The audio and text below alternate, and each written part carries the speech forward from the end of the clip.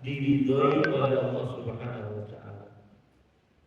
Ya, buruknya yang tidak diridhoi oleh Allah Subhanahu wa taala. Kita lihat penjelasan dari para ulama. Di antaranya yaitu Imam Ibnu Jauzi rahimahullah. Beliau berkata dalam kitab As-Sabah 'Indal Mamat, ketetapan di saat meninggal. Beliau mengatakan, "Waqad khudira khalqun katsirun 'indal maut." Banyak manusia yang disengsarakan saat kematian. Minhum man atahul khidlan fi awwal maradih. Ada yang sengsara saat mulai pertama kali sakit. Falam yastadrik qabihan madha wa rubbama adhafa ilaihi juran fi wasiyati. Saat awal-awal dia sakit, yang dengan sakit tersebut dia meninggal, maka dia tidak bisa untuk melihat dan mengintrospeksi diri di kesalahan-kesalahannya. Nah, ini termasuk daripada kesengsaraan saat kematian. Di awal-awal sakit, yang dengan sakitnya dia meninggal, dia malah tidak introspeksi diri, tidak muhasabah, tidak tahu mana yang dosa dan mana yang pahala. Ditambah lagi dengan dia berbuat zalim saat memberi wasiat kepada anak-anaknya, ahli warisnya, dia berbuat kezaliman. Minhum man faja'ahu al-khidlan fi sa'ati shiddadil amr. Ada orang yang kesengsaraannya datang tiba-tiba saat benar-benar sekarat mau meninggal. Minhum man kafar.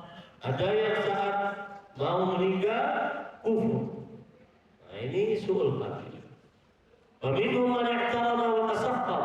Ada yang saat dalam keadaan sakit atau sekarat malah meronta-ronta, menghina ketetapan Allah, tidak terima dengan takdir Allah, tidak terima dengan penyakit yang dia dapatkan saat dia mau meninggal. Na'udzubillah minal khidlan. Wa hadza makna su'il khatimah. Kita berlindung kepada Allah dengan dari keburukan, kesengsaraan. Dan inilah, ini ya, jadi masalah. Inilah kata Imam Jauzi rahimahullah, makna dari makna su'ul khatimah. Bahwa artinya lebih ba'da al-qalbi 'inda al-maut asy-syakk awil juhud. Termasuk di dalamnya yaitu saat datang kematian, qalbunya ragu-ragu tentang Allah. Kemudian saat mau dicabut nyawanya, qalbunya datang kekufuran terhadap Allah. Fatuqbadu nafsu 'ala tilkal halah wa duna dzalika an yatasaqqata al-aqdar. Maka akhirnya dicabut nyawanya dalam keadaan keimanannya seperti itu. Ya, itu namanya su'ul khatimah. Asal saat dicabut nyawanya dia meronta-ronta, tidak bersabar terhadap penyakitnya. Dan subhanallah para ikhwah, Allah itu rahim.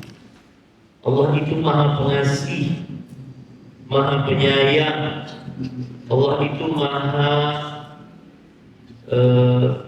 kasih sayang. Kasih sayangnya mendahului daripada kemurkaannya.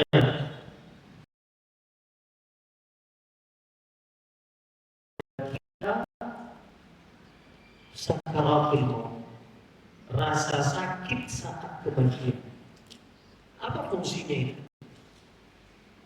Jadi kalau seandainya orang dalam keadaan sekarat, kayaknya capek banget dia mau mati, lama matinya, capek banget mau mati, biarin aja, jangan sedih, bahkan bergembira. Kenapa? Karena itu fungsinya menghapuskan. Semakin berat rasa sakit yang dia dapati dilihat oleh kita, maka itu fungsinya menghapuskan dosa. Bukan malah tambah, bukan malah buruk. Ya. itu menghapus dosa. Lama sakit itu menghapus dosa. Asalkan dia bersabar kepada Allah Subhanahu wa Ta'ala, itu menghapus dosa. Dan ada orang yang saat mau meninggal didahului dengan sakit, sakitnya lama, tapi selama sakit tersebut mulutnya tidak berhenti untuk menggerutu atas takdir Allah. Ini su'ul khatimah. Qalbunya tidak berhenti untuk menggerutu atas takdir Allah, lisannya tidak berhenti untuk mencela keputusan Allah Subhanahu wa Ta'ala. Ini su'ul khatimah. Ingat dulu, Rabu malam Kamis saya kajian rutin.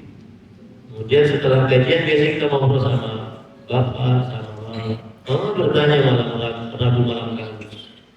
Ini saya dipanggil Zaid di rumah.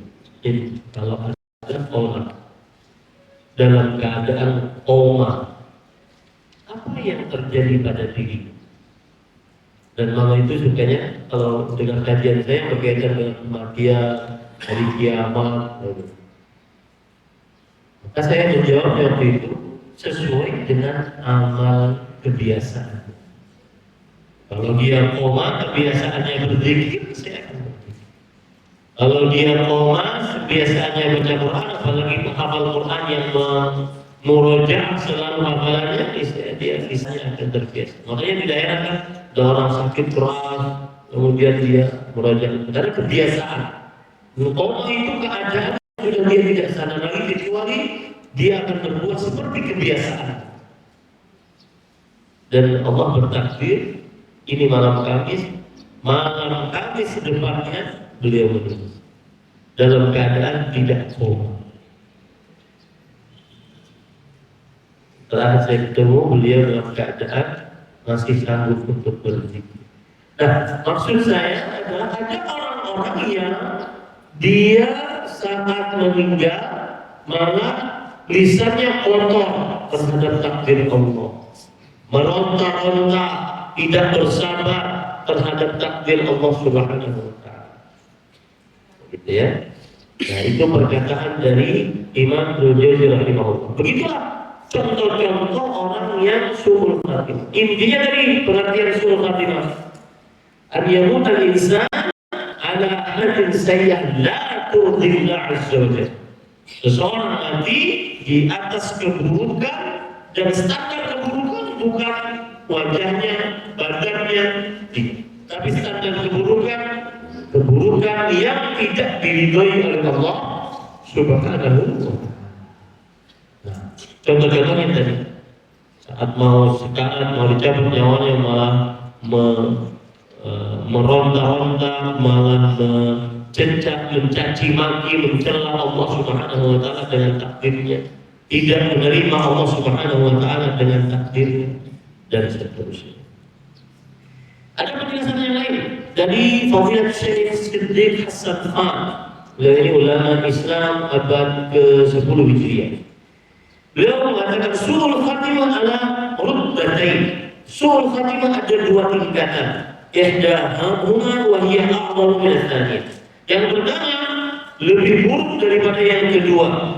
Wa hiya an yaqi ba'da al-qalbi 'inda sakaratil maut syakkun aw juhud.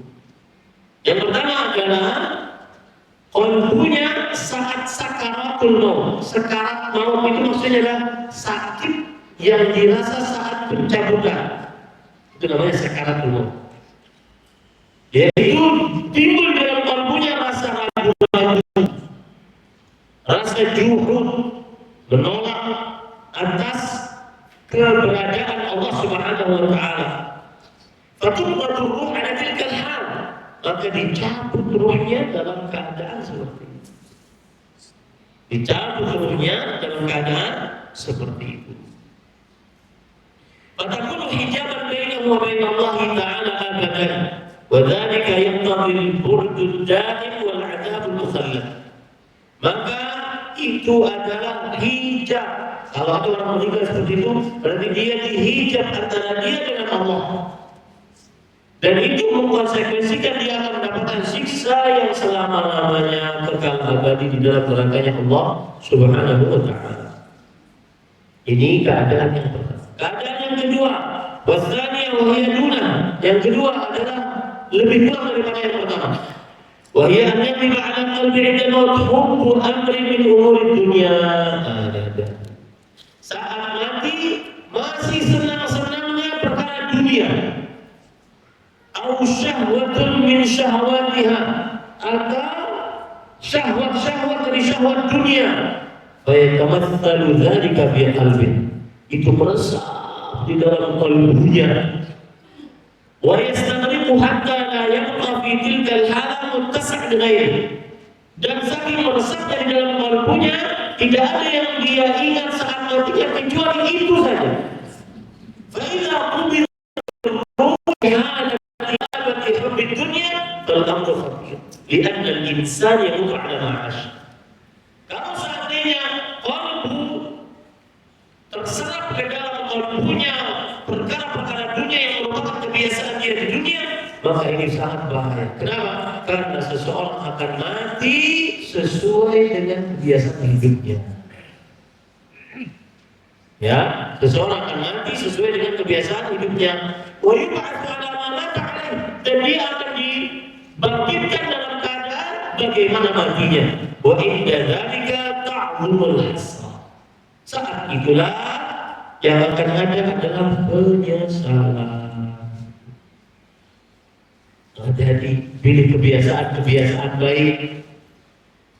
Dan saya berpesan satu aja, miliki kebiasaan baik yang tidak ada yang tahu kecuali engkau dengan Allah dan dua penjabat malaikat. Bahkan teman sehidupmu, istri atau suamimu nggak tahu. Punya itu. Apapun, entah satu sholat, entah satu sedekah, entah satu apa yang tidak ada yang tahu kecuali engkau dengan Allah atau dua malaikat penjabat.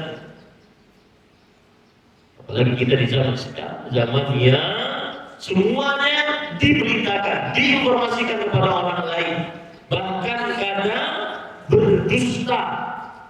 Jadi riya plus dusta. Contoh, di depan Ka'bah angkat tangan padahal tidak sedang berdoa, jepret. Itu dua tuh, riyanya dapat, dustanya iya, dan dua-duanya dosa besar. Saya pernah diceritakan oleh Fadilatul Syekh Profesor Dr. Abdul Razak bin Abdul, guru akidah di Masjid Jabal. Beliau mengatakan, ada orang, saya pernah duduk di Masjid Nabawi, ada orang datang, beberapa orang datang, kemudian yang satu jadi artisnya, fotonya, si yang difoto. Langsung datang, langsung duduk tasyahud. Terjadilah pemotretan sebelah kanan, sebelah kiri, sebelah belakang, dan depan. Selesai pemotretan, keluar. Ini riyaknya ikhlas.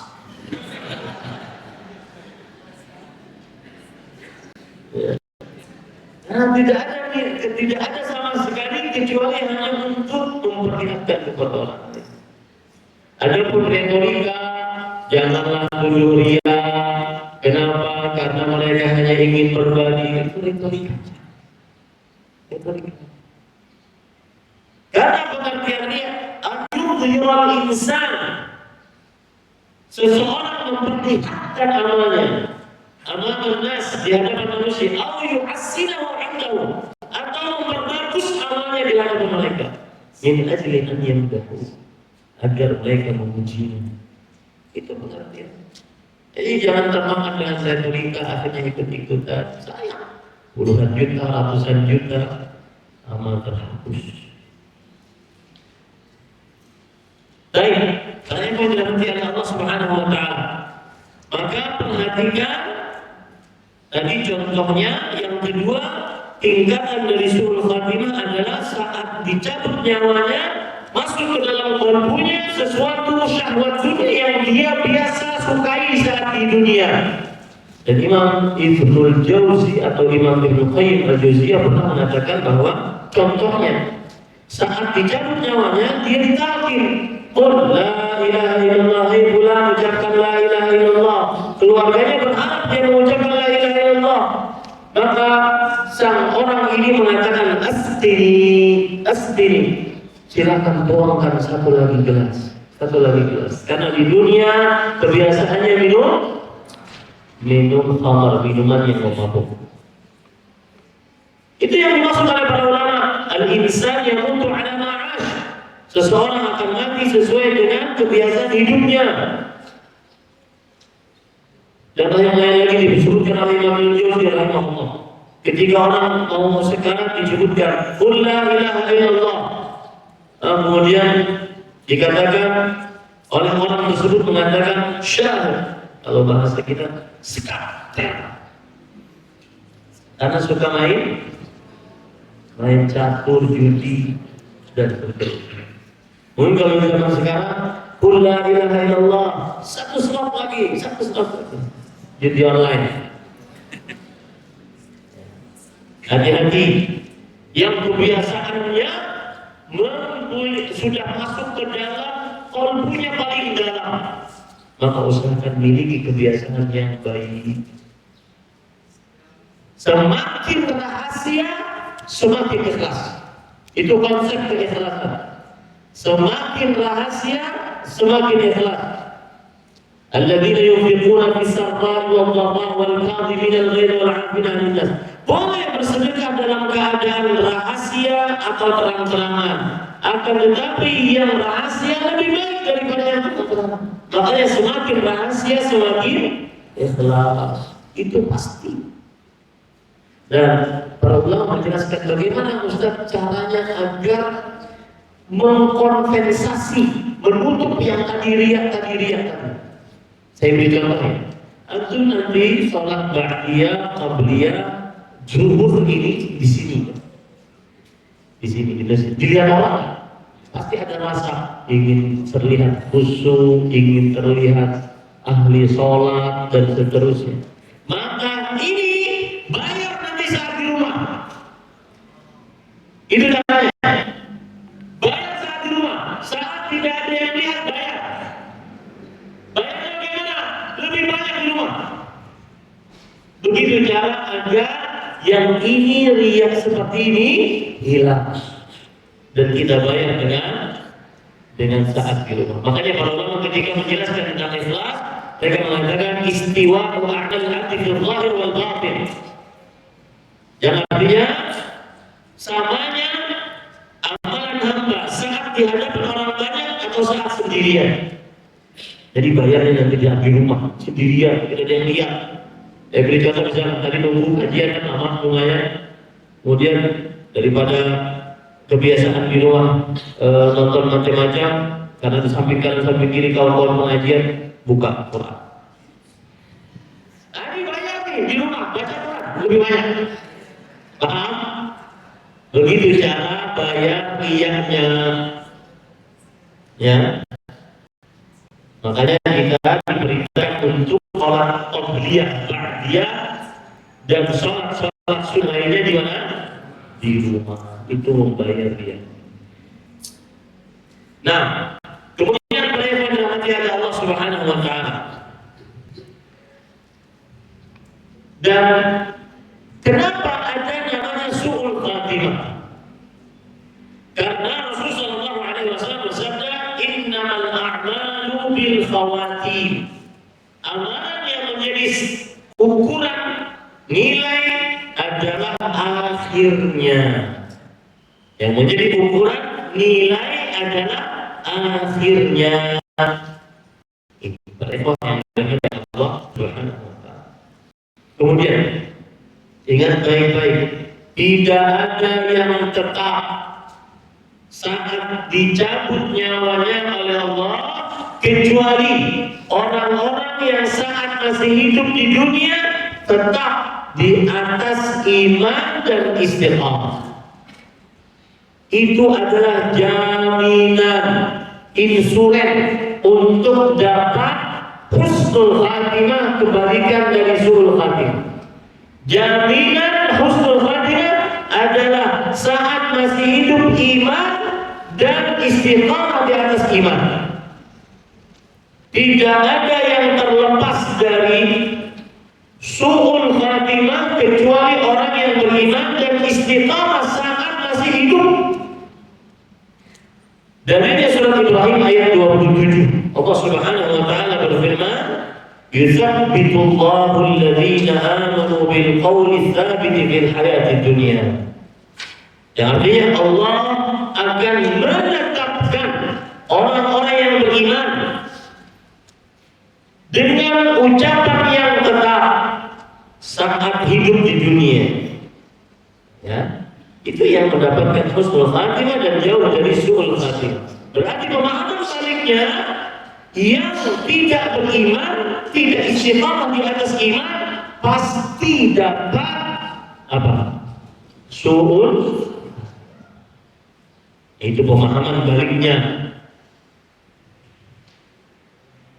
Kemudian para ikhwan dirahmati Allah, dan inilah ujian paling terberat yang dihadapi manusia. Jadi kalau seandainya ada hadir sedang diuji dengan pernikahan di ujung tanduk, hadir ini cuma karena hanya ingin mencari ketenangan, saya di rumah sudah capek, untuk bertengkar dengan istri atau bertengkar dengan suami, atau yang diuji dengan anak-anak yang sedang menyimpang dari jalan Allah, diuji dengan penyakit, diuji dengan kemiskinan, diuji dengan ketidaktenangan hati saat hidup. Itu semua tidak ada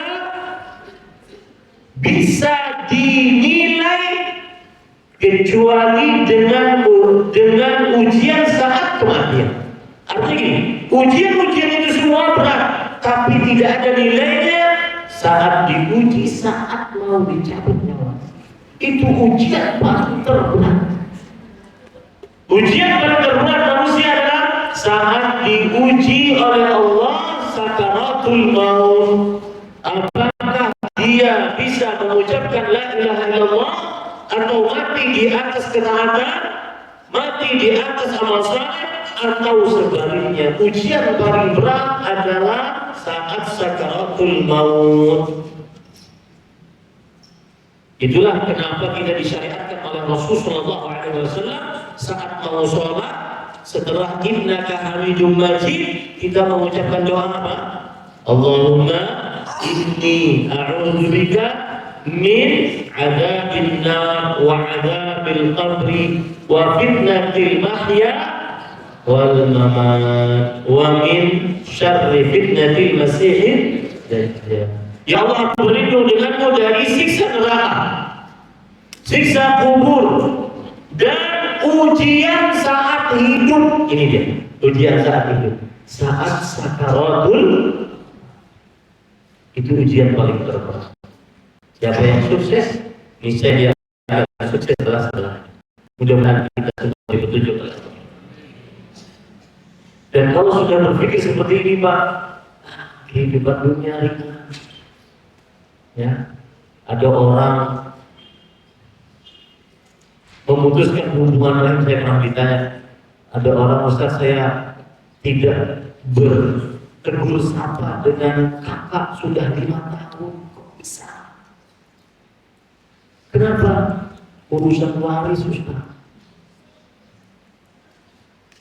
Ada orang menghalalkan segala cara untuk ini, padahal ini hari-hari ini saya datang ke Jakarta, saya sebarkan perkataan dari Syekh Shalih Al-Fauzan Al-Ghinawi.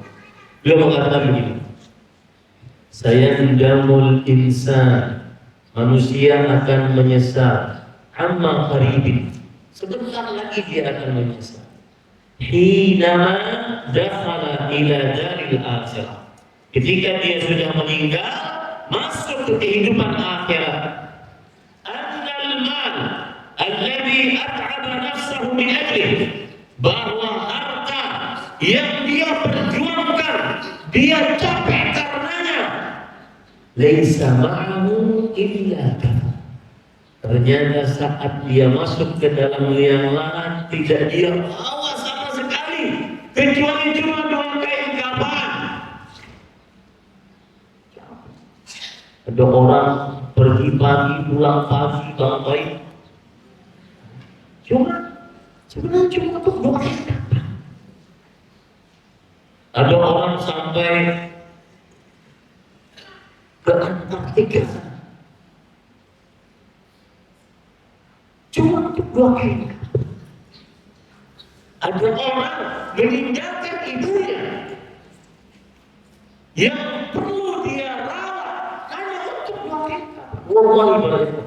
Kata Syekh, dakhala al-insan ila dunya uryan laysa ma'ahu syai'. Seorang manusia masuk ke dalam dunia dalam keadaan telanjang, tidak membawa apa-apa. Wa kharaja minha laysa ma'ahu syai' illa kafan. Dan dia akan keluar dari dunia tidak membawa apa-apa kecuali cuma dua kain kafan. Pantaskah kita memutuskan hubungan lain gara-gara dua kain kafan? Pantaskah kita melalaikan sholat gara-gara cuma dua kain kafan? Pantaskah kita tidak tidur malam hari karena mencari dua kain kafan? Bahkan tidak masuk akal bagi orang yang berakal. Ini pada ikhwan yang dirahmati oleh Allah Subhanahu wa ta'ala. Maka catat garis bawahi, ujian paling terberat seseorang di dunia adalah diuji saat sakaratul maut. Itu yang kita berdoa minta perlindungan kepada Allah. Setiap kali mau selesai sholat setelah dinaikkan Hamidul Majid. Wa min fitnatil mahya wal mamat. Dari keburukan dari ujian kehidupan dan ujian kematian. Ujian kehidupan maksudnya saat sakaratul maut. Bisa kita di atas keimanan. Lisan ini bisa nggak mengucapkan la ilaha illallah? Lisan ini bisa nggak berzikir kepada Allah saat dicabut nyawanya oleh Allah Subhanahu wa ta'ala? Dan ujian kematian adalah fitnatul qabr. Pertanyaan di dalam kubur. Mohon maaf yang diluaskan rezekinya. Orang sombong, congkak, merendahkan orang lain. Padahal saat dia mati juga dua kayak gak masuk akal. Tidak pantas sama sekali. Ini Pak Ikhwan, hari-hari ini saya sebarkan perkataan beliau yang itu saya dapatkan dari ketika Allah berfirman, yaqulu ya laitani qaddamtu li hayati. Manusia nanti di hari kiamat akan berkata, alangkah indahnya saat aku di dunia beramal saleh untuk mempersiapkan bekal kehidupanku ini. Kehidupanku ini maksudnya adalah kehidupan setelah kematian. Yaqulu ya laitani qaddamtu hayati, di situ adalah hayat kehidupan setelah kematian. Itu. Dan saya pesan Pak, kehidupan setelah kematian lebih lama dibandingkan kehidupan di dunia. Itu pasti. Coba bayangkan, Nabi kita Muhammad Sallallahu Alaihi Wasallam sekarang kita di 1446. Beliau meninggal berarti sekitar 1435 tahun yang lalu.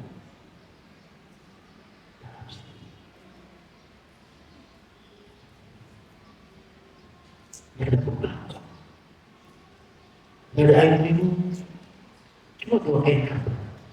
Itu pun setelah beberapa bulan hancur. Bahkan tulang kita akan hancur. Dan sebagaimana hadis riwayat Imam Muslim, masih akan menjadi insan illa bani. Tidak ada sesuatu apapun dari manusia kalau sudah dikubur kecuali akan hancur. Illa abdul, kecuali cuma satu tulang ekor. Minhu yurakkabu yawm al-qiyamah. Nanti di hari kiamat satu tulang ekor tersebut akan terkena hujan air mani, kemudian dia berkembang kembali seperti sedia kala, lalu dibangkitkan. Kalau sudah mikir seperti ini Pak, kesulitan hidup jadi ringan.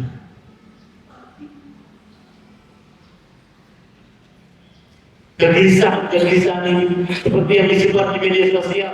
Umur anak 25 tahun kalau nggak punya tabungan 100 juta ketemu dengan orang insecure. Itu ajaran setan. Nggak akan dibawa, cuma 2 pen kapan. Para ikhwan tidak menjadi Allah Subhanahu wa taala. Sesudah kita pahami apa itu su'ul khatimah, maka setelah itu kita ingin tahu bagaimana contoh orang-orang terbaik di atas muka bumi ini. Para sahabat, para tabi'in tentang su'ul khatimah. Apa yang mereka lakukan ketika berhadapan dengan perkara su'ul khatimah? Disebutkan pada yang dirahmati Allah Subhanahu wa taala dalam hadis riwayat Muslim dari Abdullah bin Mas'ud radhiyallahu anhu. Nabi Muhammad sallallahu alaihi wasallam memberikan peringatan keras. Beliau mengatakan, "Fawalladzi la ilaha ghairuh," demi zat yang tidak ada yang berhak disembah selain Allah Subhanahu wa taala.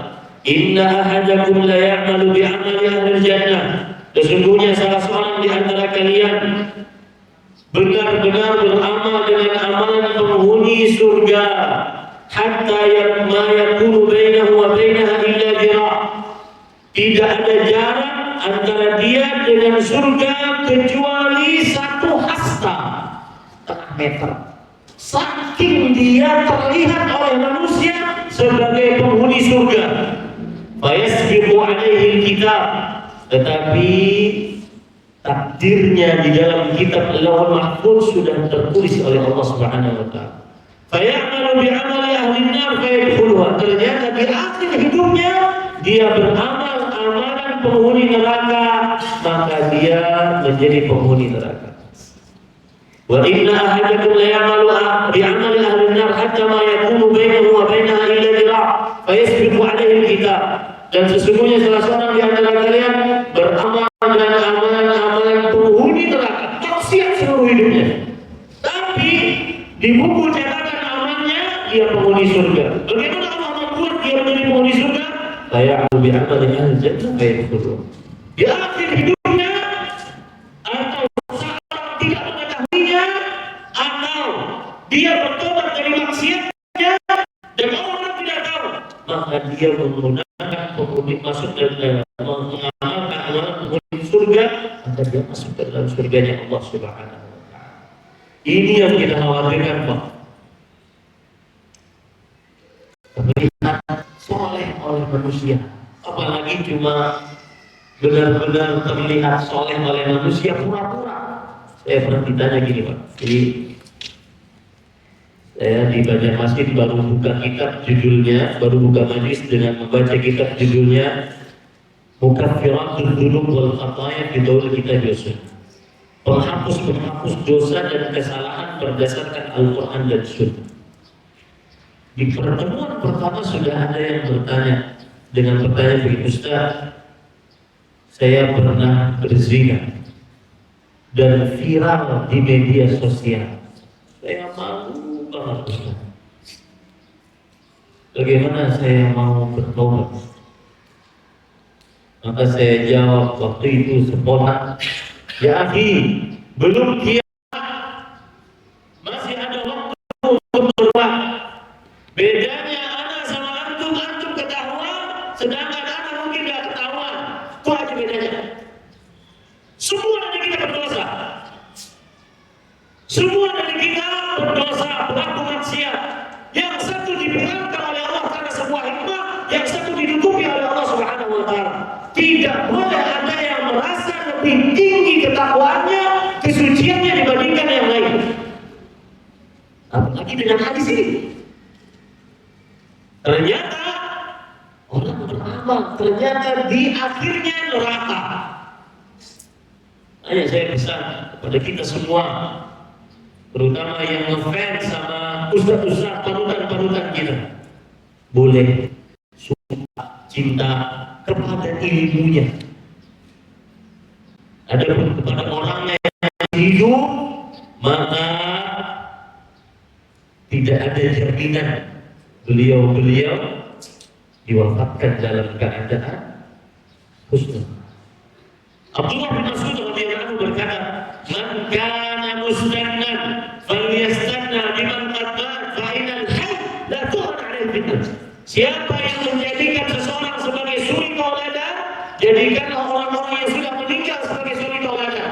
Para sahabat, para nabi, para sahabat, para tabi'in, itu yang paling pantas untuk menjadikan suri tauladan. Kenapa? Yang masih hidup terlihat soleh bagaimanapun seseorang, dia tidak aman saat fitnatul mahya, saat ujian kehidupan. Apa ujian kehidupan tadi? Satu waktu. Ya. Dan itu artinya kita boleh kita berlebih-lebihan terhadap orang yang masih hidup. Boleh kita mencintainya, ilmunya, boleh kita mencontoh adabnya, akhlaknya, amaliyahnya, boleh. Tapi tidak boleh kita menetapkan dia pasti surga, pasti. Dan tidak cocok kita bertanya kepada seorang ustaz, nanti kalau ustaz masuk surga, jangan lupa kali. Jangan ustaznya masuk surga kedua. Paham nggak? Jangan-jangan jamaahnya yang dari ustaznya. Mana ustaznya? Cuma bisa ngomong. Sudah masa sendirian, semua pasti ada dalamnya. Ya, ini hadis membuat kita takut terhadap su'ul khatimah. Kalau dia bertanya, Ustaz, bagaimana jawaban kita? Bagaimana keyakinan kita? Kalau seandainya semuanya sudah tertulis, ngapain sholat? Ngapain puasa? Ngapain pakai jilbab? Ngapain bercadar? Semuanya kan sudah tertulis. Maka jawabannya iya, semuanya sudah tertulis. Tapi kita tahu nggak?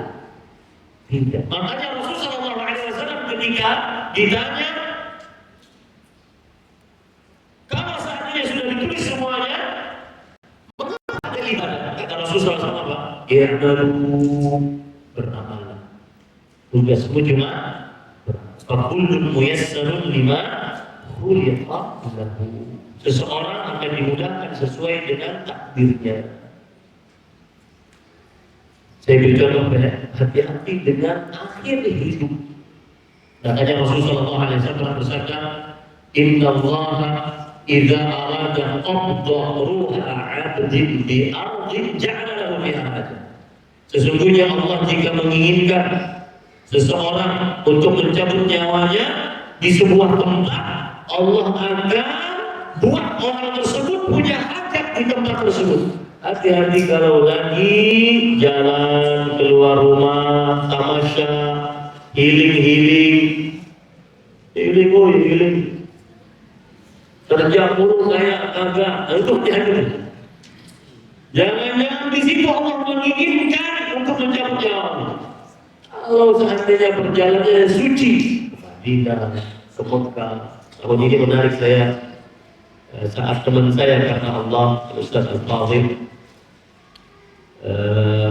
wukuf di Arafah, dan saya belum dapat takdir untuk bisa wukuf di Arafah. Beliau menuliskan sebuah doa.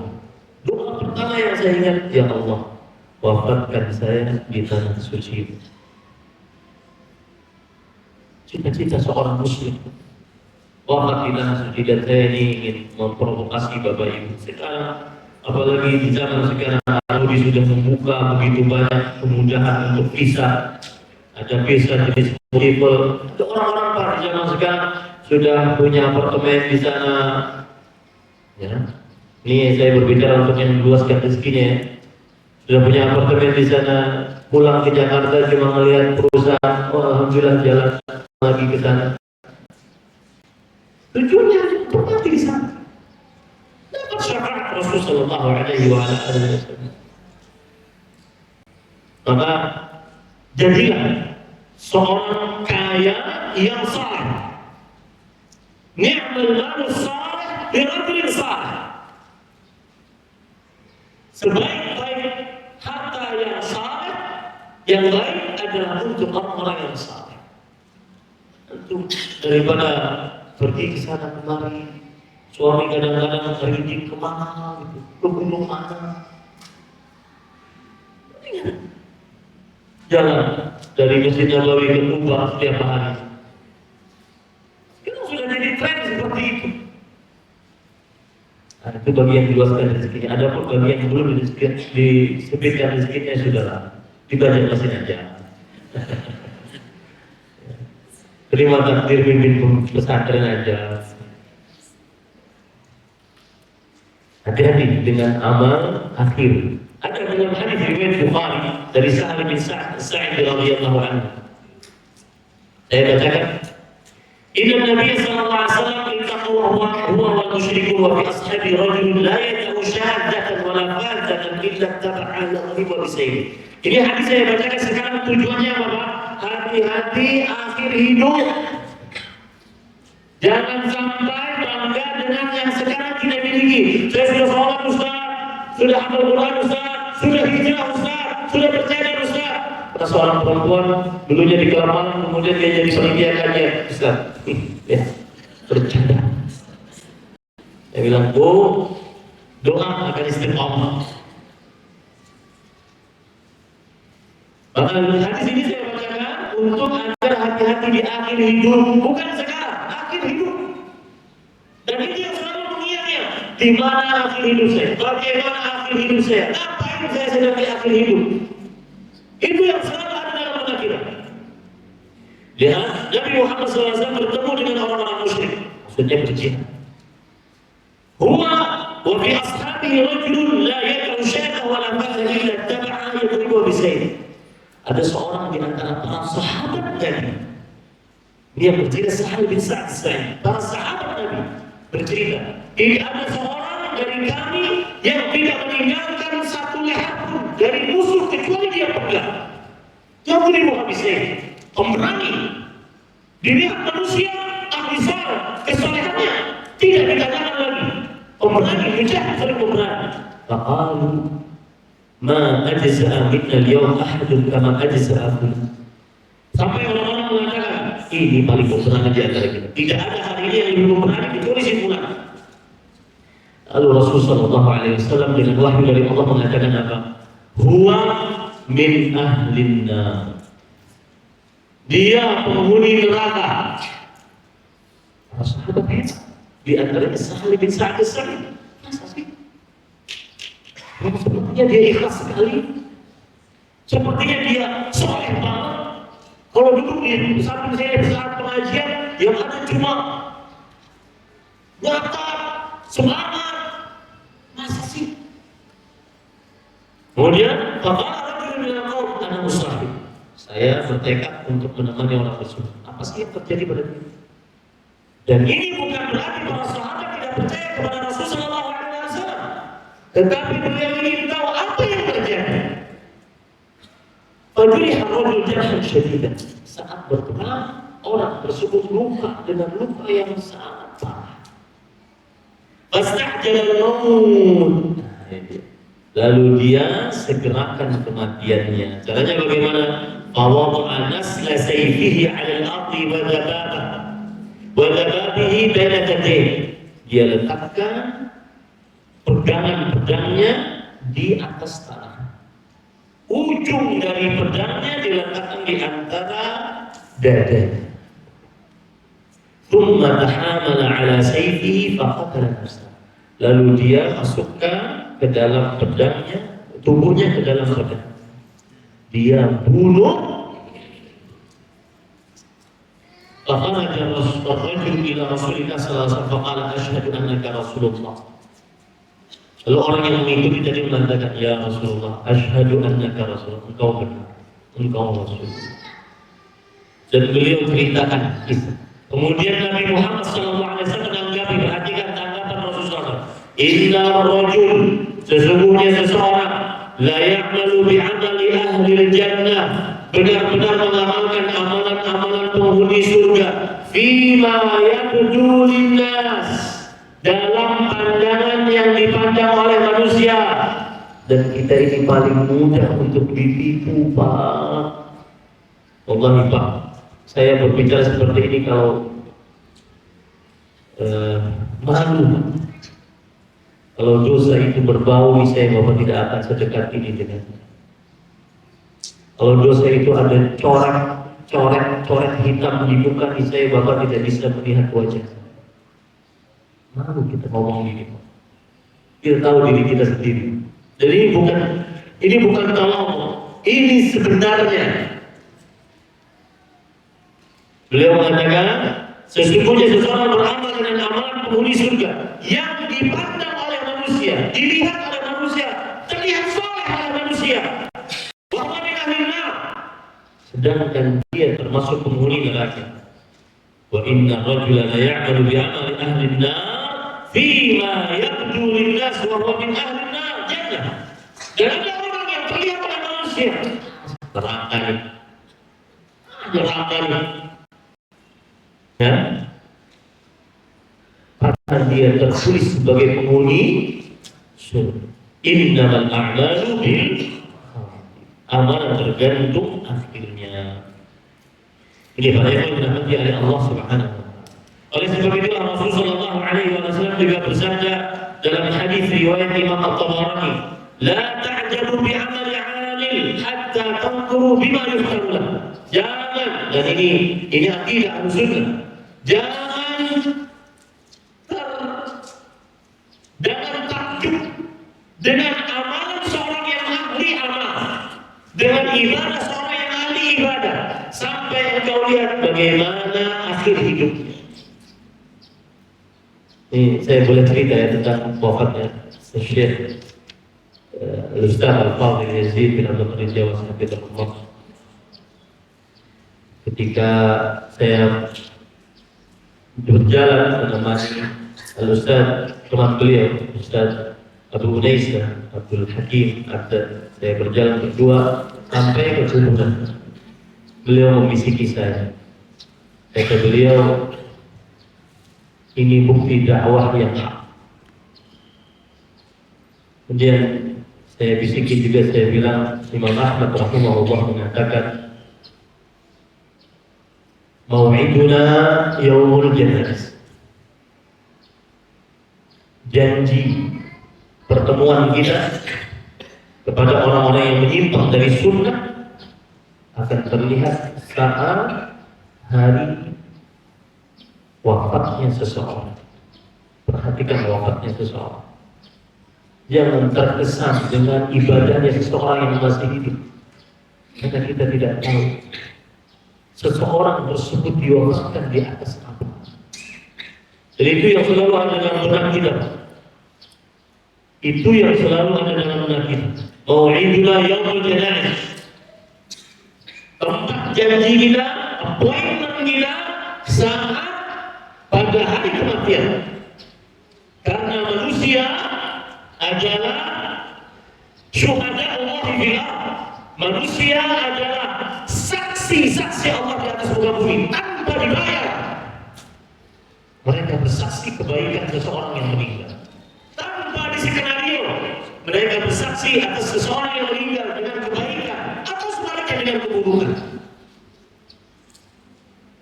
Maka pada ikhwan dirahmati oleh Allah Subhanahu wa taala, jangan takjub dengan ibadahnya seseorang sampai kamu melihat bagaimana akhir hidup. Ini pada ikhwan yang dirahmati oleh Allah. Kemudian inilah yang menyebabkan Rasulullah SAW senantiasa memperbanyak doa, sampai-sampai Anas bin Malik radhiyallahu anhu berkata, "Ya Rasulullah, anak Nabi, wa bima ji'ta bihi, fa taqabbal." Wahai Rasulullah, kenapa engkau banyak doa, ya muqallibal qulub, tsabbit qalbi ala dinik. Baca banyak kali ini, Pak. Seperti banyaknya Rasulullah SAW membacanya, sampai-sampai pembantunya khadimu Rasulullah SAW, as-sahabiyul jalil, sahabat Nabi yang mulia, Anas bin Malik radhiyallahu anhu berkata, "Wahai Nabi Allah, kami telah beriman kepada engkau. Kenapa engkau terus membaca doa-doa? Ya muqallibal qulub, tsabbit qalbi ala dinik." Maka beliau menjawab, "Apakah engkau takut kepada kami? Akan hati kami berubah?" Kata Rasulullah, "Nah, iya. Innal quluba baina asbu'aini min asabi'ir rahman yuqallibuha kayfa yasha." Sesungguhnya hati-hati akan di dalam dua jari jemari Allah Subhanahu wa taala. Allah bolak-balik sekehendak Allah Subhanahu wa taala. Makanya para ulama salaf mengatakan apa? Qulubul abrar mu'allaqatun bil khawatir. Orang-orang yang baik hatinya selalu terpaut, saya wafat di mana? Saya sedang wafat ngapain? Saya sedang beramal saleh atau tidak, itu yang terus ada dalam benak kita. Kegelisahan kita, keresahan kita, usaha terus seperti itu. Saya wafat di mana? Ngapain? Sedang apa? Taatkah? Maksiatkah? Jadi kan yang ngomong sekarang cuma bisa memprovokasi Bapak Ibu. Adapun tugas kita masing-masing nanti saat di rumah. Tugas kita masing-masing saat kita berpisah masing-masing. Kullun nas yaqdu fada'i nafsuhu murtiqahu. Setiap orang di setiap harinya, setiap paginya akan berjalan. Perjalanannya ke kanan menuju surga, ke kiri menuju neraka. Silahkan masing-masing pilih. Yang sedang berceramah di hadapan Bapak cuma bisa memberikan nasihat. Nasib masing-masing, Pak. Jangan dikira yang nasihat sekarang istimewa abadan. Sama sekali. Ini Pak Eko dirahmati oleh Allah Subhanahu wa taala. Kemudian Bapak Ibu saudara-saudara yang dimuliakan oleh Allah Subhanahu wa taala. Lihat lagi perkataan Imam Al-Qurtubi di dalam kitab At-Tadhkirah. Beliau mengatakan, la tu'jab bi imanik. Jadi, mohon maaf yang sudah ngaji, yang sudah katanya hijrah, yang sudah istiqamah, yang kadang-kadang melihat orang yang masih belum hijrah, masih mungkin bermaksiat dalam pandangan sedikit mengincing, sedikit terujuk. Nah, jika ada perkataan Imam Al-Qurtubi, la tu'jab bi iman. Jangan kamu takjub dengan imanmu, wa amalik dengan amalmu, wa salatik dengan salatmu, wa saumik dengan puasamu, wa jami'i quratik dan dengan seluruh ibadah yang engkau dekatkan kepada Allah Subhanahu wa taala. Fa inna dzalika wa in kana min kasbik fa innahu min khalqi rabbik wa fadlahu 'alaik. Allahu akbar. Sesungguhnya meskipun itu kamu yang mengerjakannya, tapi yang menciptakan itu siapa? Itu penghambaan mutlak kepada Allah. Yang pernah bangun masjid, yang pernah nyumbang di pesantren, yang pernah wakaf tanah, yang pernah, jangan pernah ujub dengan itu. Meskipun kamu yang menyumbangkannya, mewakafkannya, mensedekahkannya, tapi itu semua adalah ciptaan Allah Subhanahu. Famahma iftakharta bidzalik kunta kalmuftar bima ta'lain. Allahu akbar. Indahnya perkataan para ulama. Bagaimanapun engkau menyombongkan diri dengan amal-amal ibadahmu tersebut, seakan-akan engkau menyombongkan harta benda yang dimiliki oleh orang lain.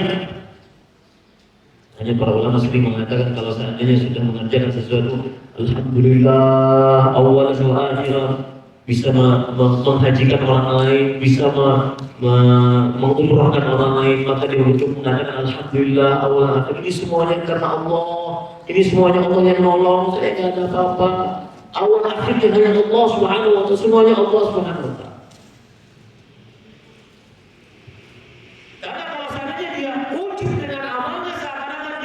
Membanggakan harta benda yang dimiliki oleh orang lain. Coba bayangkan Pak, di mobil, di depan ada mobil-mobil bagus, kemudian coba lihat di semua mobil bagus, tapi milik orang lain. Kan lepas. Seperti ada orang selfie di hadapan Lamborghini, ya, yang milik Lamborghini langsung nyala Lamborghini. Langsung kamu yang selfie. Begitulah orang-orang yang bertakjub dengan amal ibadahnya. Meskipun dia yang mengamalkan, tapi itu semua adalah ciptaan takdir ketetapan siapa? Allah Subhanahu wa Ta'ala. Bayangkan Pak, Nabi Ibrahim, Nabi Ismail, dua manusia mulia, Khalilullah, Rasul Allah, mengamalkan amalan mulia, membangun Ka'bah di tempat yang mulia, di tanah suci Mekah Mukarramah. Masih sempat-sempatnya berdoa, Rabbana taqabbal minna, ya Allah, terima dari kita. Ini para ikhwan yang dirahmati oleh Allah Subhanahu wa Ta'ala.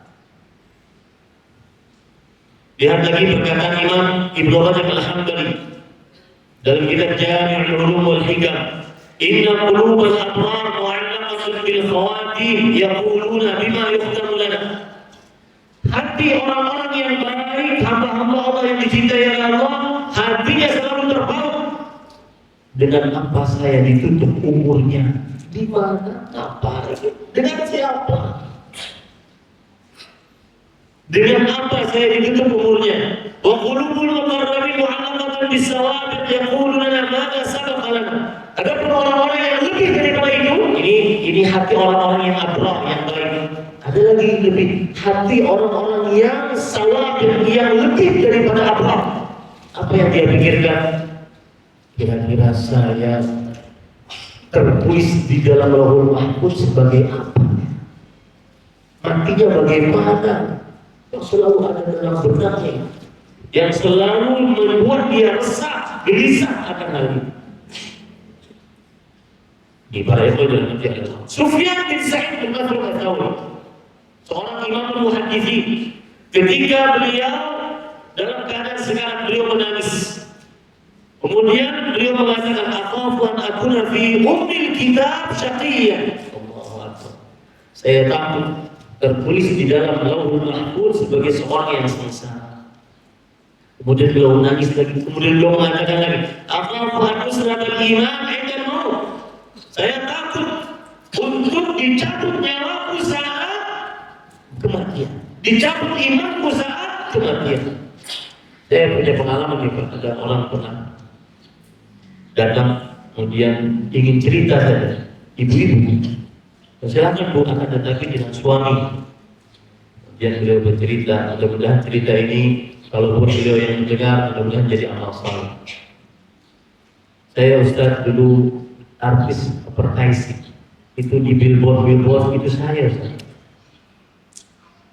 Lalu Allah memberikan petunjuk kepada saya untuk bertobat. Kemudian saya tutup semua tubuh saya sampai bercadar. Teman-teman dekat saya, teman kelabing malam, teman main laki-laki, teman-teman artis. Kalau laki-laki kan artis, perempuan artis. Ya, mengatakan kamu ekstrim, teroris, berajaran apa, kamu sesat. Akhirnya mereka mundur satu-satu teratur. Saya akhirnya tidak punya teman. Bingung, saya nggak punya teman.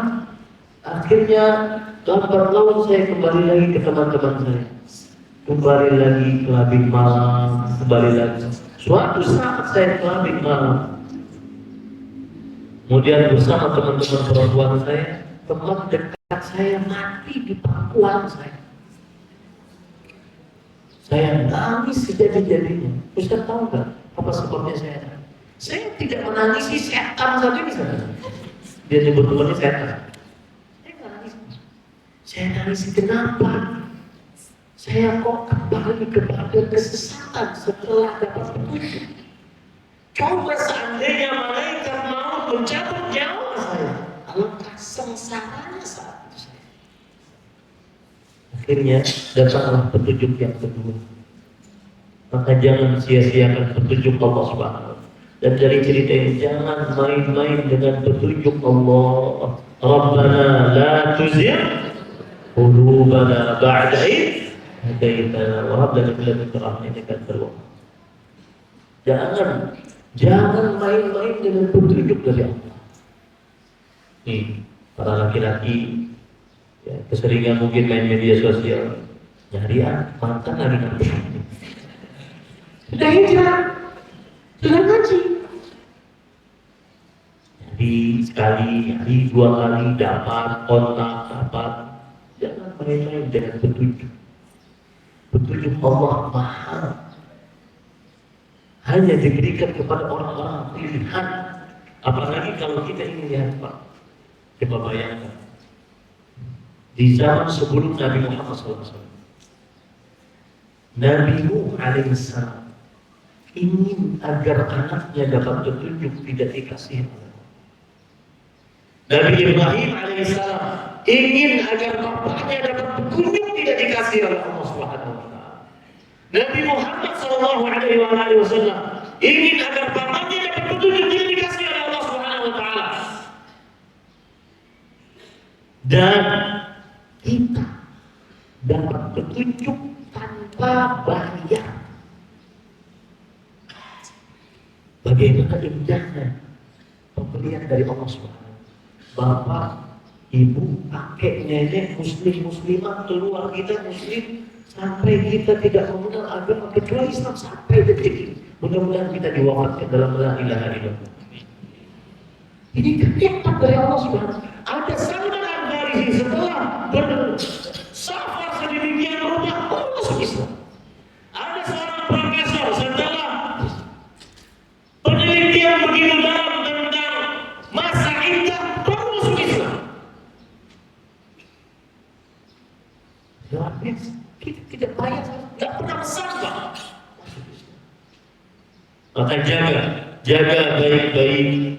Sering-sering seperti Sufyan bin Mas'ud al-Thawri. Akhlaku al-Muslim al-Iman inda al-maut. Saya sangat takut untuk dicabut nyawa dan hilang keimanan saat dicabut nyawanya oleh Allah Subhanahu wa taala. Maka beliau pernah berdoa. Malik bin Dinar rahimahullah pernah berdoa. Seorang ulama salaf. Ya Rabb, wahai Rabb, an-'alimta sakinal jannah min sakinil nar. Engkau sudah menentukan ini penghuni surga, ini penghuni neraka. Fabi ayyi darain manziluka ma'ak. Fabi ayyi darain manzilu Malik. Kira-kira Malik ini di mana tempatnya ya Allah? Selalu seperti itu. Selalu seperti itu berpikir bagaimana saya bisa selamat setelah kematian.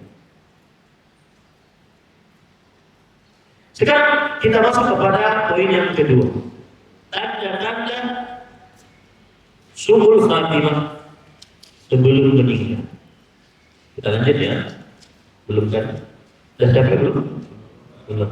Nonton doang saya yang lanjut.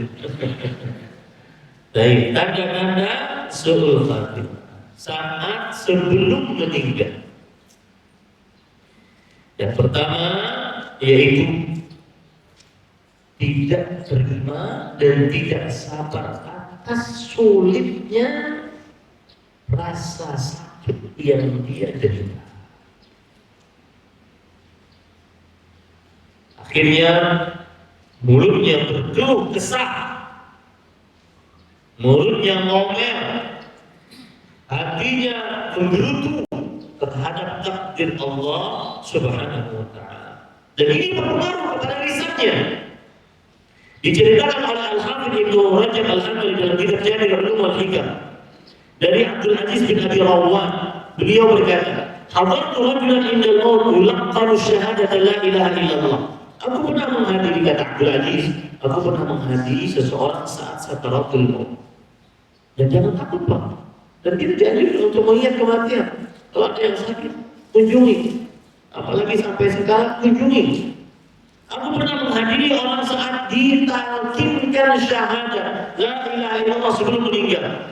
Faqala fi akhir maqam, maka ucapan terakhir yang dia ucapkan, huwa kafirun bima taqul. Allahu akbar. Jadi ini ada ayat, ada orang sekarang, kemudian ada yang mentalkinkan. Lalu dia ucap la ilaha illallah. Lalu calon lain yang mengatakan, saya kafir dengan apa yang kamu ucapkan. Mengerikan. Orang ta'ala dan meninggal di atas. Lalu Abdul Aziz bin Abi Rawwan bertanya, Fasa'altu anhu fa idza huwa mudminu khamr. Aku tanya, si fulan kenapa bisa begitu? Maka yang sampai-sampainya mengatakan saat masih hidup kelakuannya kecanduan minum minuman yang memabukkan. Maka Abdul Aziz bin Abi Rawat mengatakan ittaqul dzunub fa innaha hiya allati awqa'at. Hati-hati dengan dosa, dia yang membuat su'ul khatimah. Penyebab pertama adalah kebiasaan bermaksiat.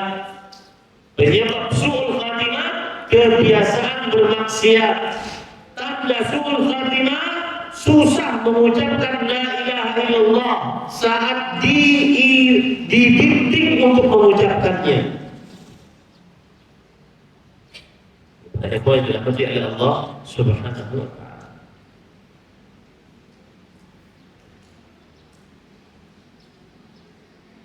Kemudian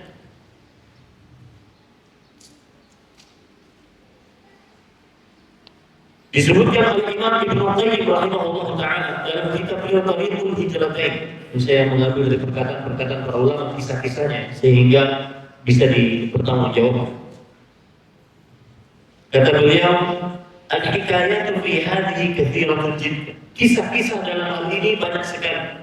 Faman kana masyghulan billah wa bi dzikri wa mahabbati fi hali hayati wajada dzalika ahwaja ma huwa ilayhi inda khuruji rihihi ila Allah Ta'ala. Siapa yang sibuk dengan berzikir kepada Allah, cinta kepada Allah saat hidupnya, yang ada dalam benaknya zikir, mencintai Allah, tadabburnya, maka dia akan keluar kebiasaan itu di saat-saat dia sangat memerlukan untuk kebiasaan baik, yaitu saat sakaratul maut.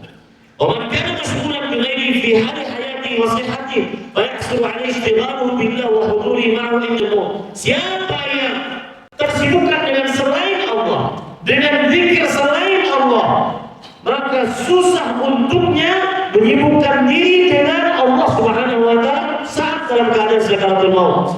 Wa ma lam yudriku min ayati rabbih wa li ajli hadha kana jadiran bil 'aqil an yulzima qalbahu wa lisanahu dzikr Allah haitsu makan. Oleh sebab itu orang yang berakal sehat lazimkan lisannya selalu berzikir. Lazimkan lisannya selalu berzikir, istighfar, subhanallah, alhamdulillah, Allahu akbar, la haula wala quwwata illa billah. Dan tidak bayar itu, Pak. Tidak bayar. Kemudian para ikhwan yang dirahmati oleh Allah Subhanahu wa taala, termasuk tanda dari tanda-tanda su'ul khatimah ada seseorang saat diwafatkan dan dimandikan, saat dimandikan maka wajahnya menghitam. Wajahnya menghitam seperti terbakar.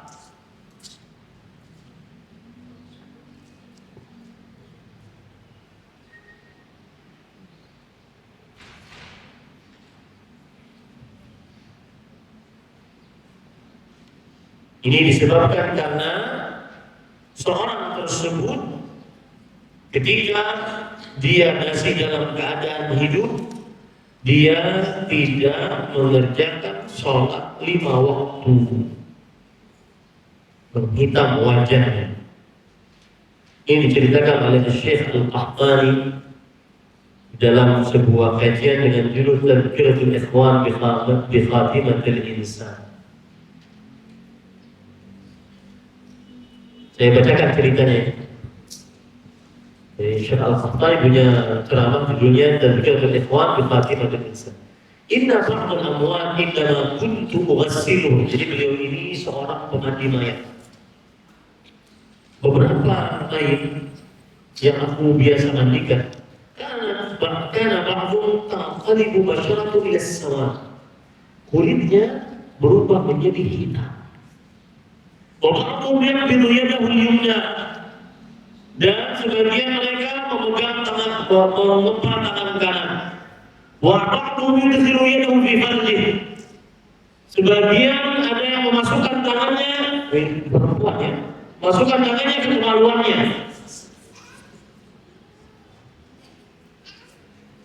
Wabahum taktumu raihat asywa min farjih. Dan sebagian ada yang mencela dengan lisannya bau mulut kemaluannya. Dia sendiri mencela. Wabahum tasma'u ka'anna asyafan min nar udkhila fi farjih. Sebagian ada yang saat dimandikan terdengar suara dari mulutnya, dari mulut rahimnya, mulut kemaluan perempuannya. Yaqul wa laqad ji'a binayyin fama ibtada'na bi tafsir hatta qalaba lawnuhu ka'annahu fahlan sawja. Datanglah bayi saat dibuka berubah warna kulitnya menjadi hitam. Wa kana qabla dhalika abyadul bashar. Padahal sebelumnya berwarna sangat putih kulitnya. Fakharajtu min makanin taghsil wa ana qa'id. Aku keluar dari tempat pemandian mayat tersebut dalam keadaan aku gemetar. Fawajadtu rajulan, lalu aku dapati seorang laki-laki. Faqultu anta abu. Lalu aku bertanya, kau bapaknya? Qala na'am, iya. Qultu ma sya'nu rajul. Kenapa ada begini mayatnya? Kemudian orang ini mengatakan, bapaknya ini orang tidak sholat. Ini orang apa? Tidak sholat. Faqultu khudh mayyitan faghassilhu. Maka Syekh mengatakan, silahkan ambil mayit, mandikan sendiri. Kenapa? Kalau sudah, inilah yang Rasulullah SAW mengatakan, akbiru dzikra hazibil ladzat. Perbanyaklah mengingat sesuatu yang memutuskan kematian. Kalau sudah pikir seperti ini Pak, yang ada adalah menghela nafas panjang-panjang, bagaimana akhir hidup kita. Semoga Allah Subhanahu wa taala memberikan wafat yang saleh dan senantiasa kita bisa mengucapkan la ilaha illallah di akhir.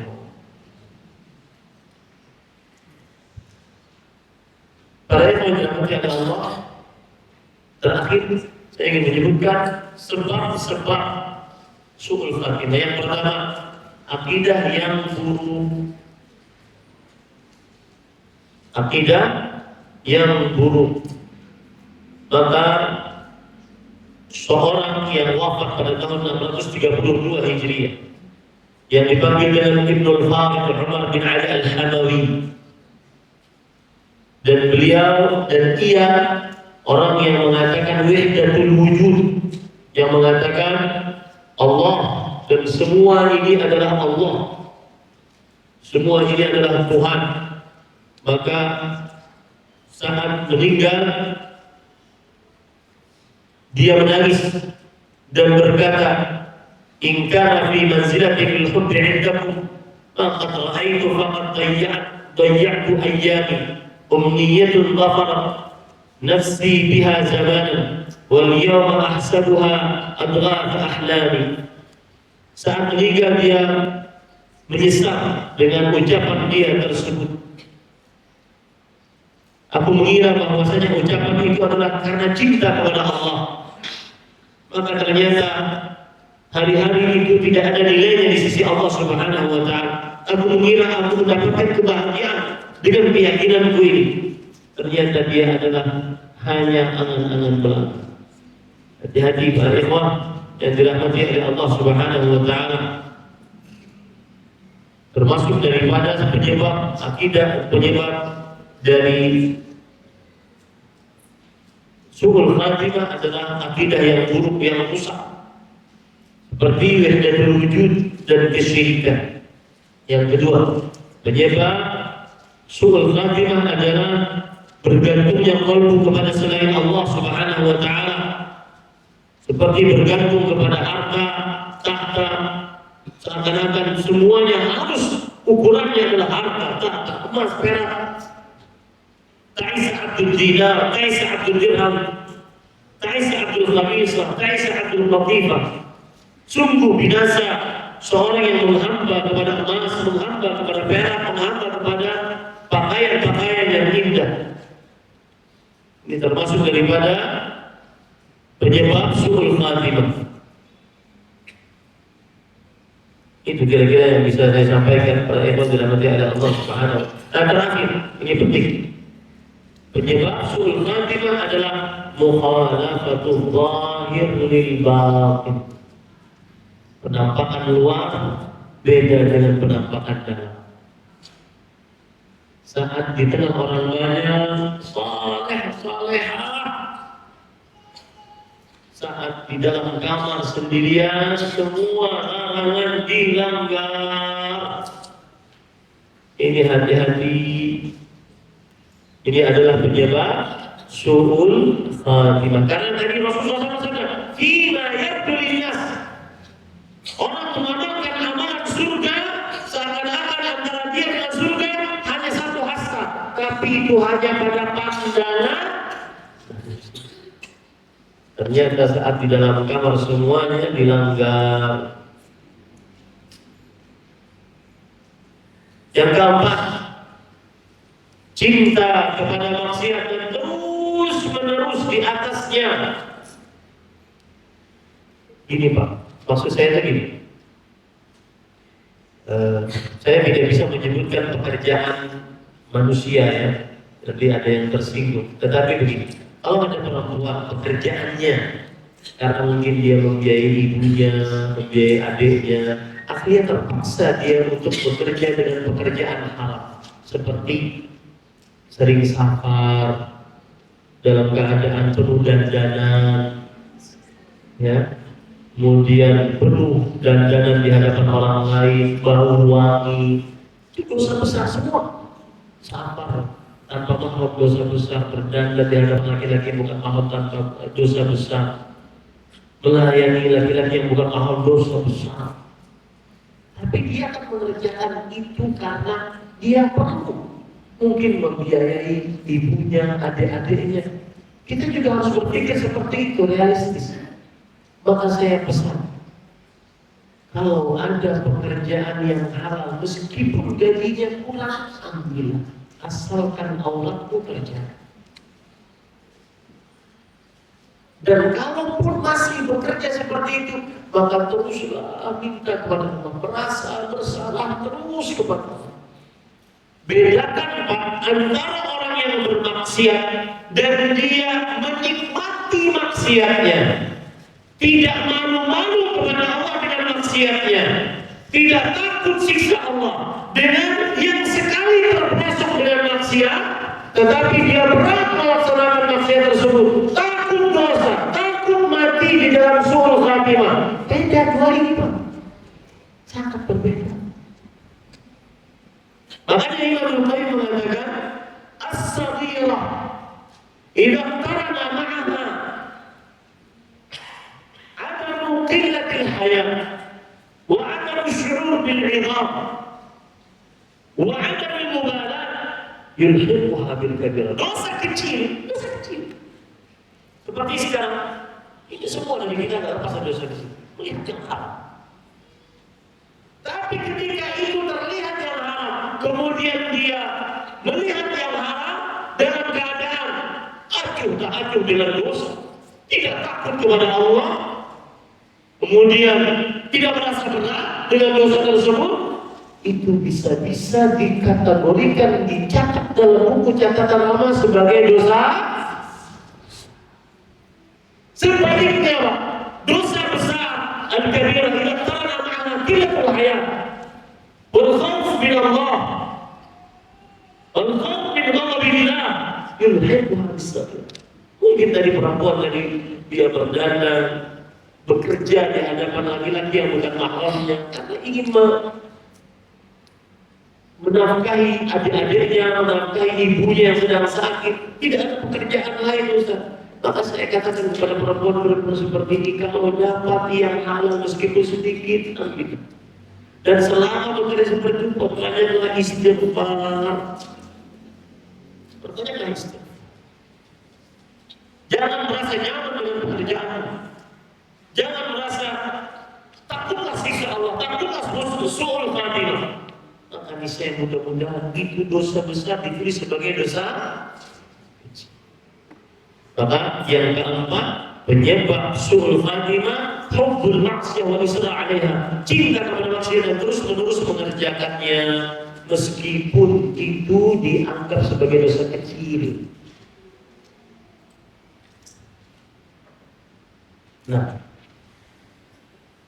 termasuk daripada sebab yang keberapa? Kelima, yang terakhir ya, dan bukan paling akhir karena waktu sudah habis. Termasuk sebab seseorang su'ul khatimah adalah bunuh diri.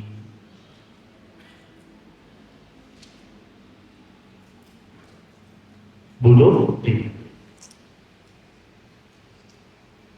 Sebenarnya ada yang lain lagi, diantaranya tidak istiqamah. Dan saya tutup ini dengan kajian tidak istiqamah ya Pak ya. Ini mudah-mudahan jadi penyemangat kita. Kita sekarang di tahun 1446 Hijriah. Sudah berapa hari? Sudah 6 hari, oke. Maka tahun-tahun yang lalu, saya sekarang 40-an lebih, tahun-tahun yang lalu begitu cepat terasa. Maka tahun ini juga akan seperti itu. Lalu apa Ustaz yang harus saya lakukan? Saya pesan diri pribadi sebelum Bapak Ibu, mudah-mudahan kita bisa mengamalkannya masing-masing. Cari amal saleh yang kita kerjakan dan istiqomah di atasnya walau sedikit. Cari amal saleh dan kita amalkan di atasnya dan istiqomah di atasnya walau sedikit. Contoh apa? 2 rakaat sholat duha, atau yang lain 12 rakaat qabliyah ba'diyah. Coba hitung Pak, kalau orang 12 rakaat setiap hari dia kerjakan qabliyah ba'diyah yang disebut dengan sholat apa? Sunat rawatib. Kira-kira berapa rakaat dia kerjakan dalam setahun? Yang jawab saya kasih hadiah.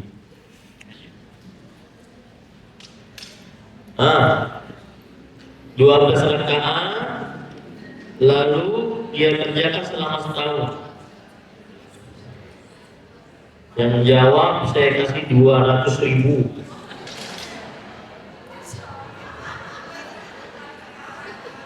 Yang jawab 4.380 rakaat.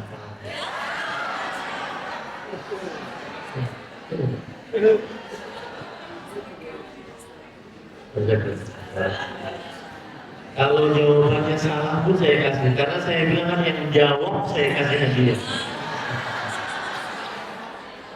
4.380. Coba bayangkan. Maka istiqomah dalam amal soleh walaupun. Itu pesan terakhir dalam kajian kita. Mudah-mudahan bermanfaat. Sallallahu alaihi wasallam. Alhamdulillahirabbil alamin. Subhanakallahumma wa bihamdika asyhadu an la ilaha illa anta astaghfiruka wa atubu ilaik. Wassalamualaikum warahmatullahi wabarakatuh.